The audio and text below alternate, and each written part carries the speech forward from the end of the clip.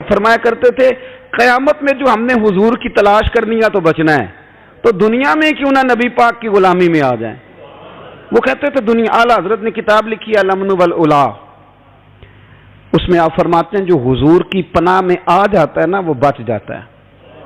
اللہ کرے آپ کو سمجھ آئے میری بات کی. جو حضور کی پناہ میں آ جاتا ہے وہ جو دنیا دار رہتا ہے، مالدار رہتا ہے، حضور کی پناہ میں نہیں آتا وہ بے سکون رہتا ہے. فرماتے ہیں یہاں دنیا میں بھی حضور کی پناہ میں آ جاؤ، آج لے ان کی پناہ.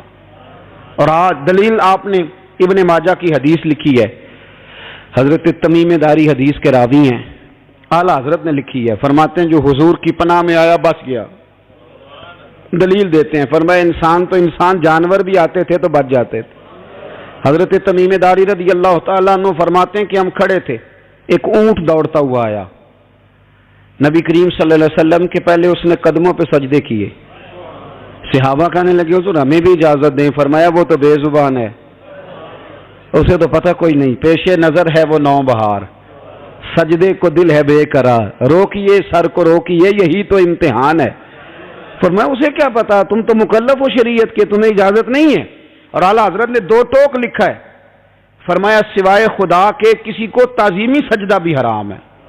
یہ نوٹ کر لیں میری بات. اور اعلیٰ حضرت نے فتاوی رضویہ میں لکھا ہے کسی قبر پہ جاؤ تو 4 ہاتھ دور کھڑے رہو. اللہ کرے آپ کو سمجھ آئے. کتنے ہاتھ؟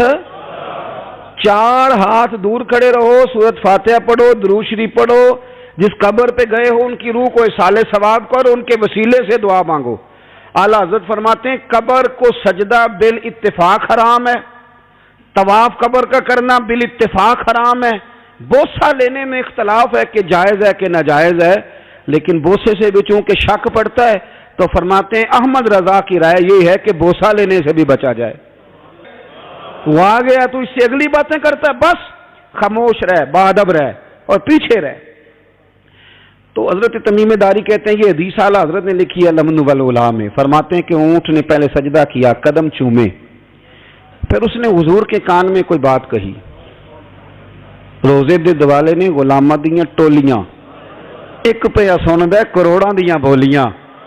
یعنی اونٹ نے بات کی تو حضور نے وہ بھی سن لی. اعلیٰ حضرت کہتے ہیں جو پناہ میں آتا ہے بچ جاتا ہے. کہتے ہیں رسول کریم نے نا اونٹ کی پشت پہ ہاتھ پھیرا اور اللہ کے محبوب فرمانے لگے فکر نہ کر، اب تو آ گیا ہے نا تو جیسے تو کہے گا ویسے ہی ہو جائے گا، جیسے تو کہے گا ویسے ہی. ابن ماجہ میں موجود ہے، پر میں چونکہ فاضل بریلوی رحمۃ اللہ علیہ کی کتاب سے پیش کر رہا ہوں الامن والعلا سے، تو میں اسی انداز میں پیش کر رہا ہوں جس انداز میں وہاں ہے. حضرت تمیم داری کہتے ہیں کہ ہماری سمجھ میں بات کوئی نہ آئی. تھوڑی دیر گزری تو کچھ لوگوں نے ہاتھوں میں رسیاں پکڑی ہیں، خنجر پکڑے ہیں، دوڑے آئے، یا رسول اللہ یہ ہمارا اونٹ ہے. حضرت تمیم داری کہتے ہیں میں نے دیکھا کہ جب وہ آ گئے نا خنجر لے کے تو اونٹ حضور کے پیچھے چھپ گیا. آج لے ان کی پناہ، آج مدد مانگ ان سے. وہ حضور کے پیچھے چھپ گیا. تو کہتے ہیں کہ نبی کریم صلی اللہ تعالی علیہ وسلم نے فرمایا کیا مسئلہ ہے بھائی؟ یا رسول اللہ ہمارا اونٹ ہے. ذبح کرنے لگے تھے دوڑ آیا ہے. تو حضور فرمانے لگے وہ تو تمہاری شکایت کر رہا ہے. وہ کہتا ہے یا رسول اللہ میں نے برسوں ان کی نوکری کی، برسوں میں نے بڑی نوکری کی. صحیح کہتا ہے یا رسول اللہ؟ ٹھیک کہتا ہے. حضور اب بوڑھا ہو گیا ہوں، تھوڑا زیادہ بوجھ نہیں اٹھا سکتا تو مجھے ذبح کر کے کھانا چاہتے ہیں، میں مرنا نہیں چاہتا. نبی کریم فرمانے لگے اچھے لوگ یہ صلہ دیتے ہیں. انہوں نے عرض کی حضور آپ حکم کر دیں، ہم اس کو چھوڑ دیتے ہیں یا رسول اللہ، نہیں ذبح کریں گے، خدمت کریں گے. حضور فرمانے لگے نہیں اب میرے پاس آیا ہے نا، اب میں نے واپس نہیں کرنا، آج ہو گیا ہے، آج لے ان کی پناہ، آج مدد مانگ ان سے، آج ہو گیا یا رسول اللہ پھر رکھ لیں. حضور نے فرمایا نہیں بھائی پیسے بتاؤ کتنے؟ یا رسول اللہ نہیں کچھ نہیں. نبی کریم علیہ السلام نے فرمایا نہیں بتاؤ کتنے، بتاؤ کتنے. انہوں نے کہا حضور ایک دفعہ ریٹ لگایا تھا تو 100 دینار لگا تھا. حضور نے فرمایا بلال دے دو 100 دینار. 100 دینار دے دیا. اعلیٰ حضرت فرماتے ہیں دیکھو ان کی پناہ میں آنے کی برکتیں کتنی ہیں. ان سے کہا تم جاؤ، وہ چلے گئے. حضور نے پشت پہ ہاتھ پھیرا، فرمایا جا تو آزاد ہے. حضرت تمیم داری کہتے ہیں وہ پہلے گیا پھر پلٹ کے آیا. اس نے نبی پاک کے کان میں کو بات کی، کئی باتیں کی، پر میں ایک بات کرتا ہوں، کئی باتیں کی، ایک بات کی تو حضور رو پڑے. اونٹ چلا گیا، ہم نے عرض کی حضور یہ کیا کہہ گیا ہے؟ تو محبوب فرمانے لگے یہ کہہ گیا یا رسول اللہ جس طرح آپ نے مجھے چھری سے بچایا ہے میں دعا کرتا ہوں اللہ آپ کی امت کو جہنم سے محفوظ فرمائے، اللہ جہنم سے بچائے آپ کی امت کو، اس طرح مجھے چھری سے آپ نے محفوظ کیا۔ اعلیٰ حضرت فرماتے ہیں کن چکروں میں پڑے ہوئے ہو، کن چکروں میں؟ پیسوں کی پناہ لیتے ہو، عہدوں کے پیچھے چھپتے ہو، دولت کے پیچھے چھپتے ہو، تعلقات کے پیچھے چھپتے ہو، فرمایا مصیبت آئے گی تو یہ سارے ہٹ جائیں گے، اگر پناہ لینی ہے تو مدینے والے محبوب کی پناہ لو، دروازہ رسول پہ آؤ، نبی کریم کی بارگاہ میں جھکو، حضور سے پیار کرو۔ اعلیٰ حضرت فرماتے ہیں محبوب کا ادب کرو، رسول اللہ کی غلامی کرو، فرماتے ہیں پھر کے گلی گلی تباہ، ٹھوکریں سب کی کھائیں کیوں، دل کو جو عقل دے خدا تو تیری گلی سے جائے کیوں، اور فرمانے لگے جان ہے عشق مصطفیٰ روز فزوں کرے خدا، جس کو ہو درد کا مزہ وہ ناز دوا اٹھائے کیوں، جس کو ہو درد کا مزہ وہ ناز دوا اٹھائے کیوں۔ انہوں نے محبوب کریم کی محبت کا پیغام دیا، صحابہ کی محبت کا، بولیے صحابہ کی محبت کا پوری کتاب لکھی حضرت صدیق اکبر جناب عمر کے فضائل پر۔ اور مزے کی بات یہ ہے کہ اعلیٰ حضرت نے نا اردو شاعروں میں سے کسی کو توفیق نہیں ہوئی حضور کو شہنشاہ کہنے کی، اعلیٰ حضرت نے کہا میرے نبی شہنشاہ ہیں۔ دلیل کیا دی؟ فرمانے لگے پڑھو ترمذی، حضور نے فرمایا میرے دو وزیر زمینوں میں ہیں دو آسمانوں میں، زمین کے دو وزیروں کے نام ابو بکر اور عمر ہیں، آسمان کے دو وزیر ہیں جبریل اور میکائیل۔ اعلیٰ حضرت کہنے لگے حضور وزیر تو کسی شہنشاہ کے ہی ہوتے ہیں، پھر کہہ لو نا شہنشاہ۔ تو پھر فرمانے لگے حاجیو آؤ شہنشاہ کا روضہ دیکھو، حاجیو آؤ شہنشاہ کا روضہ دیکھو، کعبہ تو دیکھ چکے اب کعبے کا بھی کعبہ دیکھو، کعبہ تو دیکھ چکے اب کعبے کا بھی، غور سے سن تو رضا کعبے سے بھی آتی ہے صدا، میری آنکھوں سے میرے پیارے کا روضہ دیکھو۔ اعلیٰ حضرت نے ساری زندگی اور صحابہ کرام کی بات کی، اہل بیت کی بات کی، اولیاء کی بات کی، صوفیاء کی بات کی، دفاع کیا سب کا، سب کے شانوں میں لکھا، امت کو بتلایا کہ اپنے بزرگوں سے جڑے رہو گے تو بچے رہو گے۔ اعلیٰ حضرت نے طنز کرنے سے، تنقید کرنے سے، بلا وجہ غلطیاں نکالنے سے اور ایک دوسرے پر لان تان کرنے سے ہمیں بچنے کو کہا۔ اعلیٰ حضرت فرماتے ہیں کوئی علم اگر آ جائے نا تو اس کا معنی یہ نہیں کہ سب کو جاہل سمجھ لینا چاہیے۔ سمجھ آ رہی ہے میری بات کی؟ ہم جس شعبے میں بھی ہوتے ہیں نا سامنے والے کو ان پڑھ ہی سمجھتے ہیں۔ مولویوں کے بارے میں بعض لوگوں کا خیال ہے کہ یہ پتہ نہیں کون سی مخلوق ہے، ان کو کیا پتا دنیا داری کا، میں صحیح کہہ رہا ہوں۔ اسی طرح جو میرے شعبے سے تعلق رکھنے والے لوگ ہیں وہ کہتے ہیں شاید سارے تاجر 2 نمبر طریقے سے ہی مال کماتے ہیں، یہ ہو نہیں سکتا، ایسا ہو نہیں سکتا۔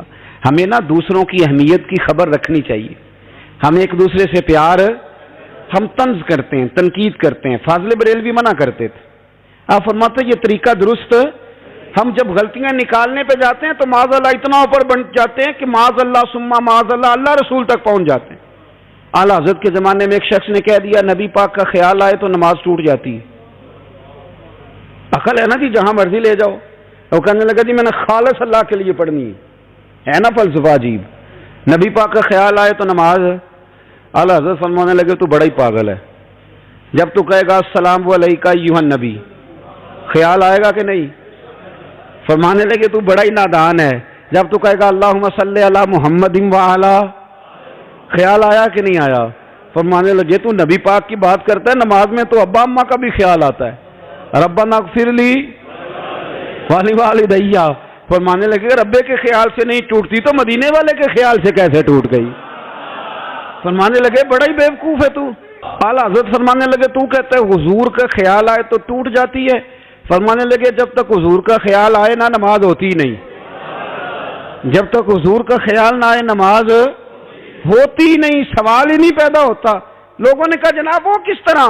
تو اعلیٰ حضرت فرمانے لگے اللہ نے کہا قرآن میں واقعی الصلاۃ نماز پڑھو، یہ نہیں بتایا کتنی پڑھنی ہے، اور یہ بھی نہیں بتایا فجر کی کتنی پڑھنی ہے، یہ بھی نہیں بتایا ظہر کی، یہ بھی نہیں بتایا قیام کیسے کرنا ہے، ہمیں یہ بھی نہیں بتایا رکوع کیسے کرنا ہے، ہمیں پتہ کیسے پتہ چلا؟ جب صحابہ نے کہا نا رب کہتا ہے نماز پڑھیں تو کیسے پڑھیں، تو حضور فرمانے لگے سلو کما رأیتمونی اصلی، نماز اس طرح پڑھو کرو جس طرح مجھے پڑھتے ہوئے دیکھتے ہو۔ تو کہا یہ تو کیسی عجیب بات کر رہا ہے کہ نبی کریم صلی اللہ علیہ وسلم کا خیال آئے۔ اور پھر بڑی مزیدار بات، ایک شخص نے اعلیٰ حضرت سے آ کے نا، اس زمانے میں نا ایک آریہ مذہب ہوتا تھا، اب اللہ کا شکر ہے وہ کوئی نہیں، اب ویسے جو بڑے نئے نئے مذہب نکل آئے ہیں، جو آدمی جتنا پڑھ جاتا ہے معاذ اللہ وہ ایک نئی بات ہی شروع کر دیتا ہے، اور جو انوکھی بات کرے اس کے پیچھے رش بھی زیادہ ہو جاتا ہے، سٹائل ذرا ہٹ کے ہو نا جی تو ذرا ماحول جلدی بن جاتا ہے۔ تو وہ آریہ مذہب تھا، تو وہ ایک آریہ آ گیا اعلیٰ حضرت کے پاس، آ کے کہنے لگا کہ فرض کی اہمیت زیادہ ہے کہ سنت کی؟ تو اعلیٰ حضرت فرمانے لگے بھئی اہمیت تو فرض کی زیادہ ہے۔ تو کہنے لگے آپ کا وضو تو پھر سنت سے شروع ہوتا ہے، وضو میں پہلا فرض ہے منہ دھونا، اور آپ سب سے پہلے ہاتھ دھوتے ہیں، یہ بھی سنت، ناک میں پانی ڈالنا یہ بھی، کلی کرنا یہ بھی، میری بات کی سمجھ آ رہی ہے؟ اس نے کہا یہ آپ عجیب لوگ ہیں، فرض اگر بڑا ہے تو پہلے فرض ہونا چاہیے تھا۔ سمجھ آ رہی ہے میری بات کی؟ لوگ دین پر بڑے بڑے مختلف اعتراضات کرتے ہیں نا، اس نے کہا جی پہلے ہونا چاہیے تھا فرض، تو منہ دھونا فرض ہے، آپ نے گھٹنوں تک ہاتھ دھوئے، اب یہ جو آپ نے ہاتھ دھوئے یہ بھی سنت، کلی کری تو وہ بھی سنت، ناک میں پانی ڈالا تو وہ بھی سنت، تو آپ تو چوتھے نمبر پہ فرض ادا کر رہے۔ تو اعلیٰ حضرت فرمانے لگے تم اصل میں محبوب کا غلام نہیں نا، ہاں تجھے کیا پتا ہو یہ بات کیا ہے، تو بیٹھ جا ہم سے سن، ہم تجھے بتاتے ہیں۔ اس نے کہا جی کیا مطلب؟ فرمانے لگے یہ محبوب جو ہے نا ہمارے، یہ ہمیں بڑی جگہوں سے بچاتے ہیں، یہ بچا بچا کے فرائض تک لے جاتے ہیں۔ کیا مطلب؟ کہنے لگے حضور نے ہمیں کہا ہے کہ پہلے نا ہاتھ دھو لو، پتہ چل جائے پانی زیادہ گرم تو نہیں، منہ جالی نہ جائے، پہلے نا دیکھ لو۔ فرمایا پھر ناک میں ڈال کے پتہ کرا لو کہ اس میں سے بدبو تو نہیں آتی، سنت بھی ادا ہو گئی، پتہ بھی چل گیا بو تو نہیں آ رہی، اور فرمایا پھر منہ میں ڈال کے چکھ لو کہ بد ذائقہ تو نہیں۔ اب یہ 3 سنتیں ادا کر کے تم فرض ادا کرو گے تو اللہ بھی راضی ہوگا، اللہ کے رسول بھی راضی ہوں گے۔